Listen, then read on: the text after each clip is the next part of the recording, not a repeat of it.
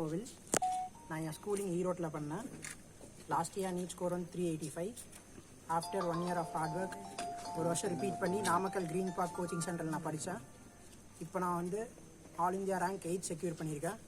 710 out of 720. OBC rank வந்து நான் first secure பண்ணியிருக்கேன். இது நான் ஒரு மிகப்பெரிய அச்சீவ்மெண்ட்டாக நான் நினைக்கிறேன். இதுக்கு முழு காரணமாக இருந்த டாக்டர் சரவணன் சார், குரு சார், டீச்சர்ஸ், அப்புறம் என் அம்மா அப்பா எல்லாத்துக்கும் நான் நன்றியை தெரிவிச்சுக்கிறேன். என்ன தான் ஒரு சைடு ஹார்ட் ஒர்க் இருந்தாலும் இவங்களோட சப்போர்ட் இல்லாமல் நிச்சயமாக என்னால் இவ்வளோ பண்ணியிருக்க முடியாது. இங்கே டீச்சர்ஸ் பார்த்திங்கன்னா ரொம்ப எக்ஸ்பீரியன்ஸ்டாகவும் ரொம்ப குவாலிஃபைடாகவும் இருந்தாங்க. எனக்கு வந்து நல்ல சப்போர்ட்டிவாக இருந்துச்சு. பிளானிங் எக்ஸிக்யூஷன் எல்லாமே பக்காவாக இருந்துச்சு. சரவணன் சாரோட பிளானிங் இல்லாமல் சீரியஸாக இது நடந்திருக்காது.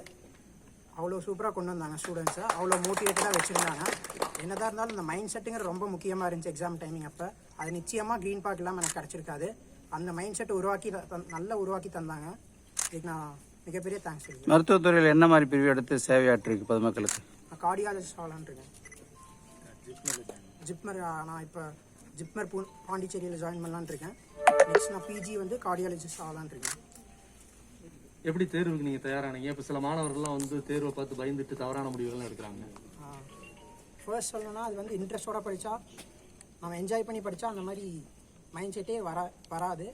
அதனால் நான் என்ன சொல்லுவேன்னா, பேர்டனாக எடுத்து படிக்க வேணாம். எல்லாத்தையும் புரிஞ்சு நல்லா கான்செப்ஷுவல் அண்டர்ஸ்டாண்டிங்கோட படித்தா நல்லா ஸ்கோர் பண்ணலாம். நல்லாவும் ஜாலியாகவும் படிக்கலாம். அதனால் எந்த தப்பு இல்லை. யாரும் பேர்டனை எடுத்து படிக்க வேணாம். Okay, thanks.